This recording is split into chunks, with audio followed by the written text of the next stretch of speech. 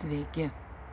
Penktadienis yra puikus laikas, kai galima kalbėti apie poilsį, nes po darbo savaitės ateina tas laikas, kai galite leisti sau ilsėtis.